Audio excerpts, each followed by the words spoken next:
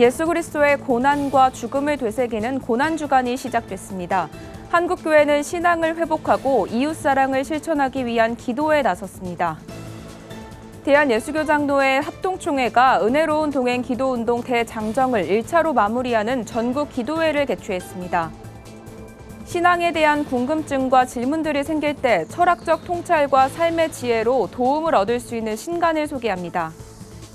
협성대학교 이사회가 교직원 폭행으로 물의를 일으킨 박명래 총장에 대한 두 번째 직위 해제를 결정했습니다.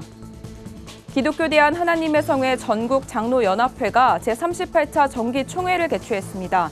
이날 총회에선 조병찬 장로가 회장에 공식 취임했습니다.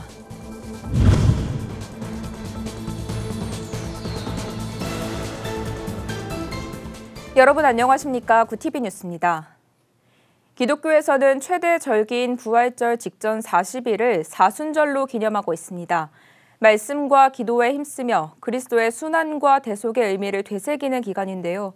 사순절의 마지막 주인 고난주간을 맞아 한국교회는 기도로 신앙을 바로 세우는 한편 이웃사랑을 실천하는 일에 힘쓰고 있습니다. 김민주 기자의 보도입니다.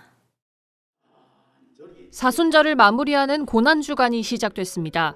신약성경 복음서에 따르면 고난주간은 예수 그리스도가 예루살렘에 입성한 때부터 로마 병사들에게 붙잡혀 순환을 당하고 십자가에 못 박혀 죽은 뒤 무덤에 묻혀 부활하기 직전까지의 일주일을 의미합니다. 예수 그리스도의 고난은 역사 속에서도 실제였지만 하나님의 성육신을 통한 겸손과 깊은 사랑을 보여주는 상징적인 사건에 더 의미가 있습니다. 인간의 모습으로 낮은 자리에 임하시면서 고난을 당하게 되심으로 인해서 예수님은 인간이 가지고 있는 모든 아픔, 슬픔들을 다 이해하실 수 있는 분이시죠. 그런 모든 인간의 약함, 연약함, 그걸 우리가 죄라고 할 수 있는데 그것들을 다 이제 해결해 주신다라고 하는 의미가 있는 것이죠. 고난주간을 맞아 한국교회는 전국 곳곳에서 온 오프라인으로 특별 새벽 기도회를 시작했습니다. 여의도 순복음교회는 고난과 영적 성숙을 주제로 고난 중에 성도가 가져야 할 기쁨, 인내, 간구, 겸손 등의 태도를 돌아보고 한국교회의 회복을 위해 6일간의 기도를 이어갑니다. 대한예수교장로회 통합교단 소속의 지역교회의 경우 사순절 세일의 기도회란 이름으로 고난주간의 의미를 되새기고 있습니다. 교회들은 기도회를 통해 그릇된 신앙인의 모습을 회개하며 믿음을 바로 세워 복음의 소망을 증거할 수 있길 기도했습니다. 오늘 내가 믿고 의지하는 하나님은 나의 죄를 위하여 대신 십자가 지시는 하나님이십니다. 이 하나님께 나와 여러분의 무너진 성벽을 하나님 앞에 내어 보이시고 간절히 구하시기를 바랍니다. 교회와 교계단체들은 고통받는 이들과 함께하며 다양한 모습으로 이웃사랑을 실천할 것이라고 밝혔습니다. 신촌성결교회는 특별 새벽기도회에서 드린 헌금으로 동남아 지역 심장병 어린이의 수술비를 지원하기로 했습니다. 한국기독교교회협의회 NCCK는 오는 14일 사회적 약자, 차별과 혐오로 고통받는 이들을 돌아보자는 취지로 장애인 이동권 투쟁 현장을 찾아 연대할 계획입니다. 기독교 환경운동연대는 환경 보존에 앞장서는 전국 교회들과 함께 나무를 심고 기후 약자를 돌보는 경건한 탄소 금식을 오는 16일까지 진행합니다. 구티비 뉴스 김민주입니다. 대한예수교장로회 합동총회가 은혜로운 동행 기도운동 대장정을 1차로 마무리하는 전국 기도회를 개최했습니다. 은혜로운 동행은 지난해 11월 처음 시작해 전국 14개 지역과 163개 노예별 기도회로 확산돼 왔는데요. 교단을 넘어 사회와 민족을 향해 기도의 지평을 넓혔다는 평가입니다. 박지연 기자가 보도합니다. 대한예수교장로회 합동총회가 이번 회기 핵심 사업으로 진행해온 은혜로운 동행 기도운동 전국 기도회를 개최하고 지난해 11월부터 전국 각지에서 진행해온 기도 대장정을 1차로 마무리했습니다. 백광식 총회장은 전국 노회 90% 이상이 은혜로운 기도운동에 동참해 기도의 불씨를 지펴왔다며 지금까지 이어온 기도의 열기가 각자의 자리로 번져나가길 소원한다고 전했습니다. 이 기도의 열기와 우리의 관심과 우리의 거룩한 마음 계속해서 지교회로 번져나가는 그런 거룩한 역사가 계속되기를 소원합니다.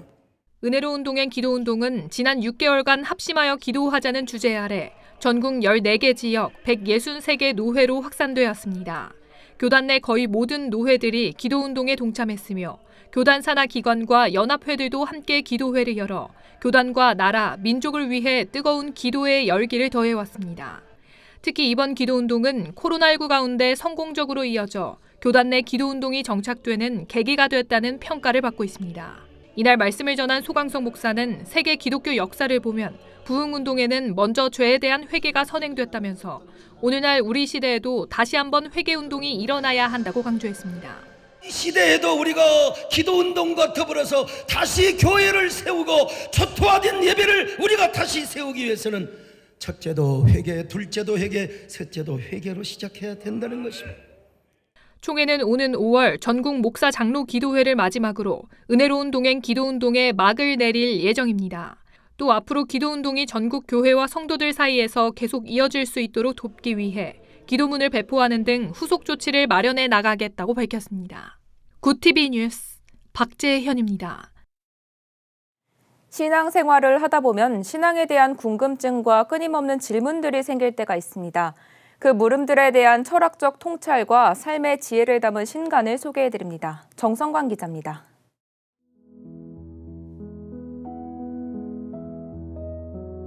시대의 지성이자 우리 시대의 스승이라 불리던 고 이어령 교수의 유작 먹다 듣다 걷다는 생존과 소통이 위협받는 이 시대 속 그리스도인들이 꼭 해야 할 3가지를 말하고 있습니다.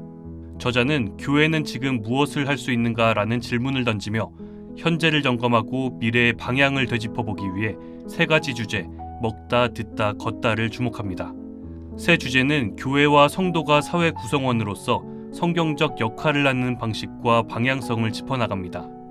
저자는 철저하게 성경에 기초하고 풍부한 식견과 통찰을 더해 겸손히 삶의 지혜를 제안합니다.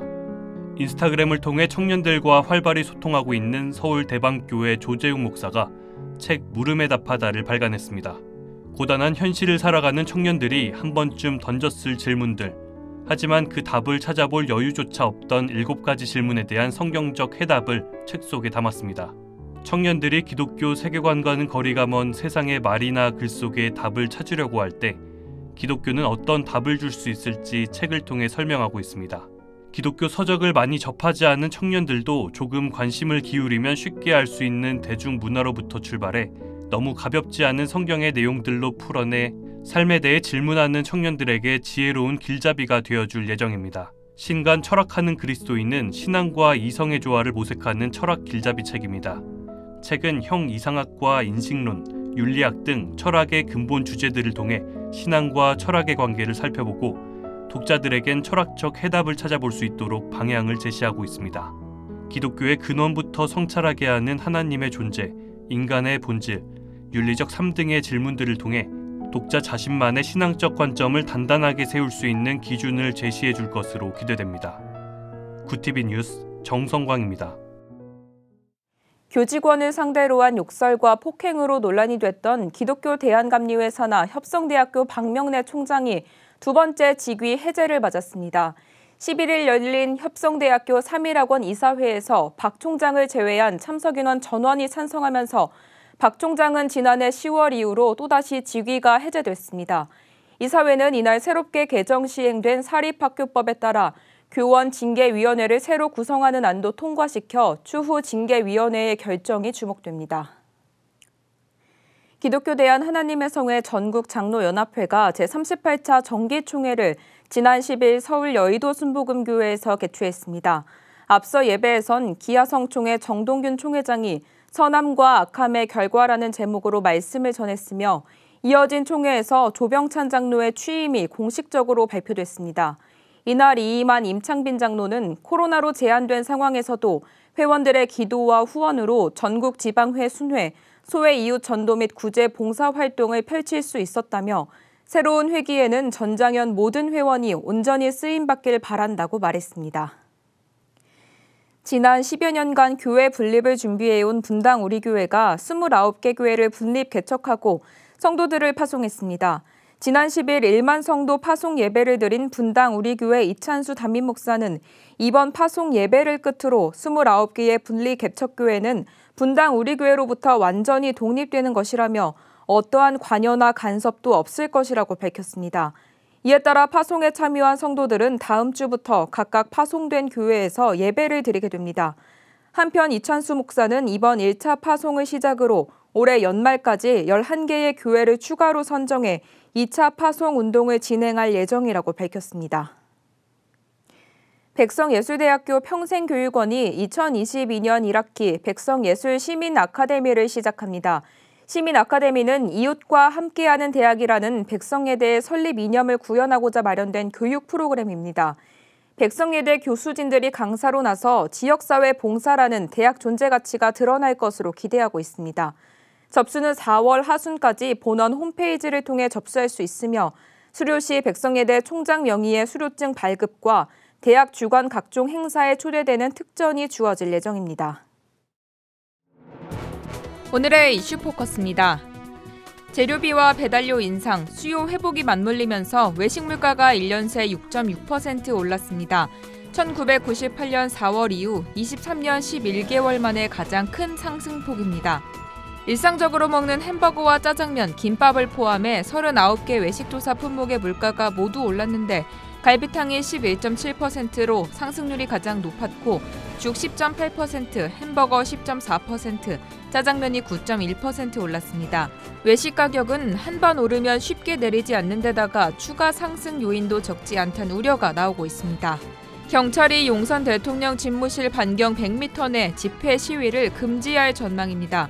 경찰은 종로경찰서 인력을 용산경찰서로 재배치하는 방안을 검토하는 한편 경찰청 태스크포스를 중심으로 용산 집무실도 대통령 관저와 마찬가지로 100m 이내 집회 시위를 금지하는 방침을 확정한 것으로 알려졌습니다.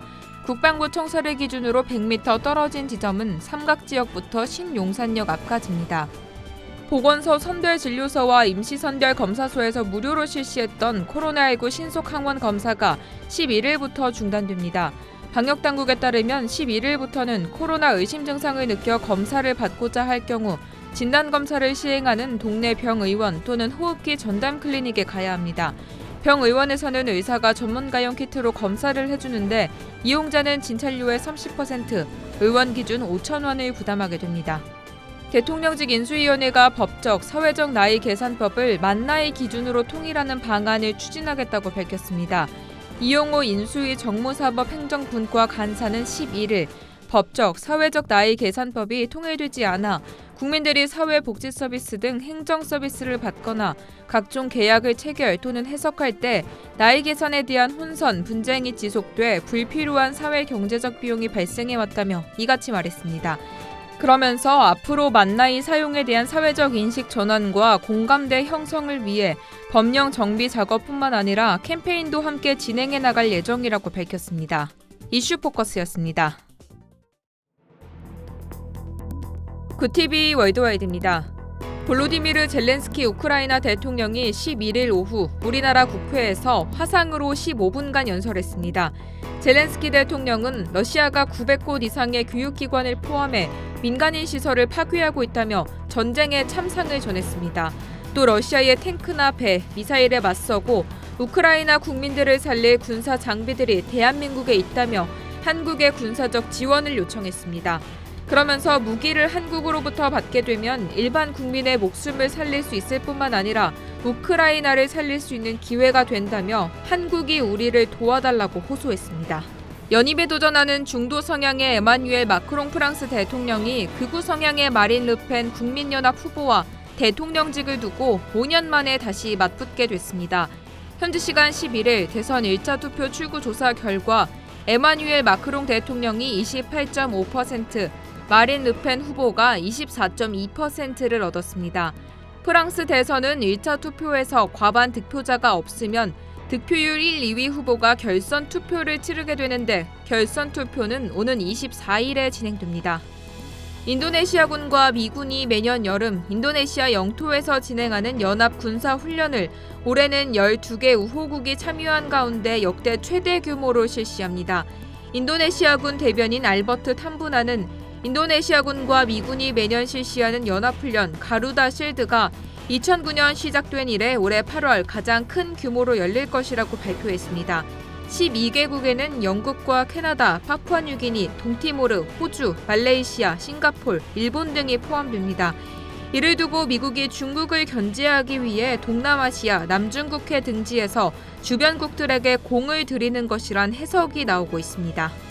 중국 상하이가 코로나 확산으로 2주째 봉쇄를 이어가고 있지만 감염자 수가 연일 최고치를 경신하고 있습니다.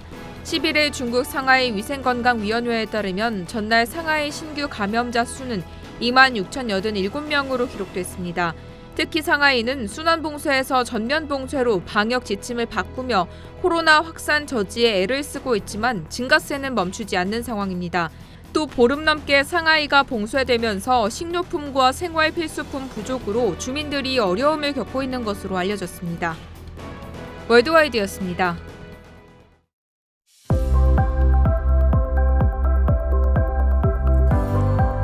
내일도 고온 현상이 이어지겠습니다. 대기의 건조함도 심합니다. 화재 사고가 빈번하게 발생할 수 있으니 작은 불씨도 꼼꼼하게 관리 잘 해주시기 바랍니다. 내일은 수도권과 영서 지역에 비가 내리기 시작해 수요일 전국으로 확대되겠습니다. 이어서 전국 날씨입니다. 내일 한낮 최고 기온은 서울 20도, 강릉 26도, 대전 25도가 예상됩니다. 남부지방은 광주 27도, 부산은 22도를 보이겠습니다. 십자가에 달리신 예수 그리스도의 고난과 죽음을 되새기는 고난주간입니다. 인류를 구원하기 위해 그리스도가 받았던 고난을 마음속 깊이 묵상하며 영적 성숙이 있는 한 주가 되시길 바랍니다. 이상으로 뉴스를 마칩니다. 오늘도 함께해 주신 여러분 고맙습니다.